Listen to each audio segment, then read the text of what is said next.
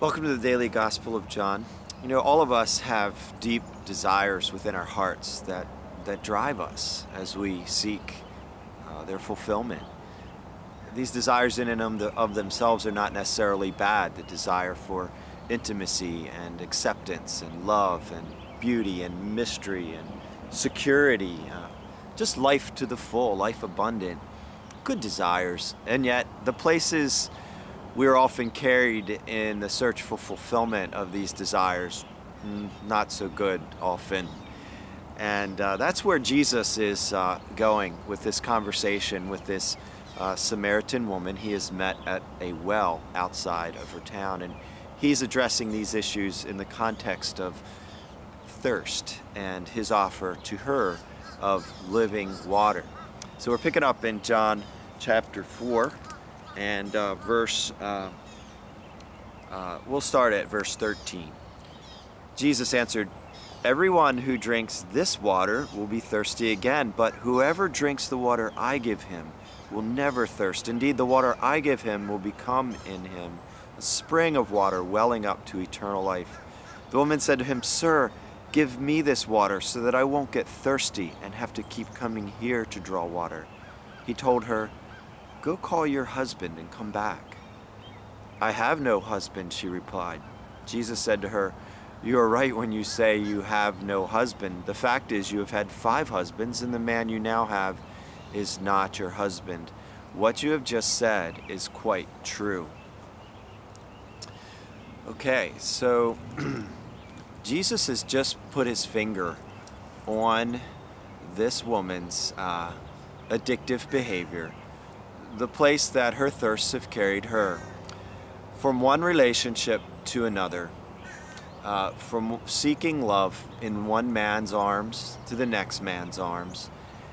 And he's not condemning her, but it seems he's just saying, let me tell you, I know who you are.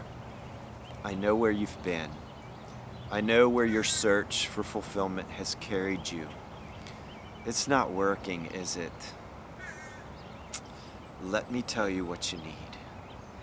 And I just see this as Jesus, the great physician, not only of the body, but of the soul.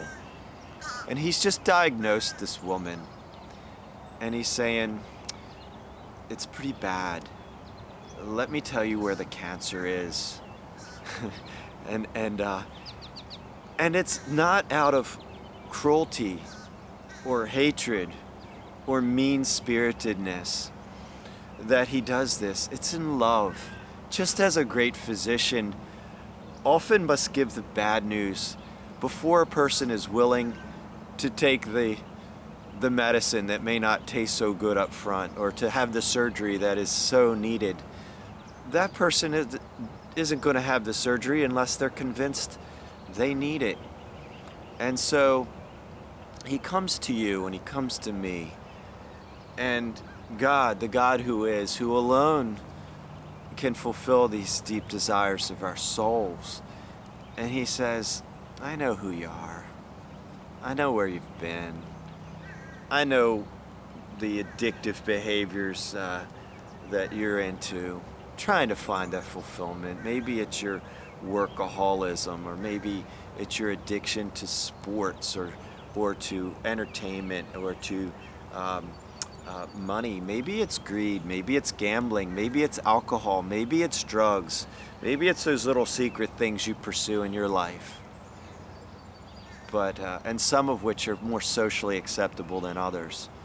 But the bottom line is they become life-defining pursuits. And the God who is and who loves us hates these things because he knows what they do to us in the end. And he knows what they keep us from.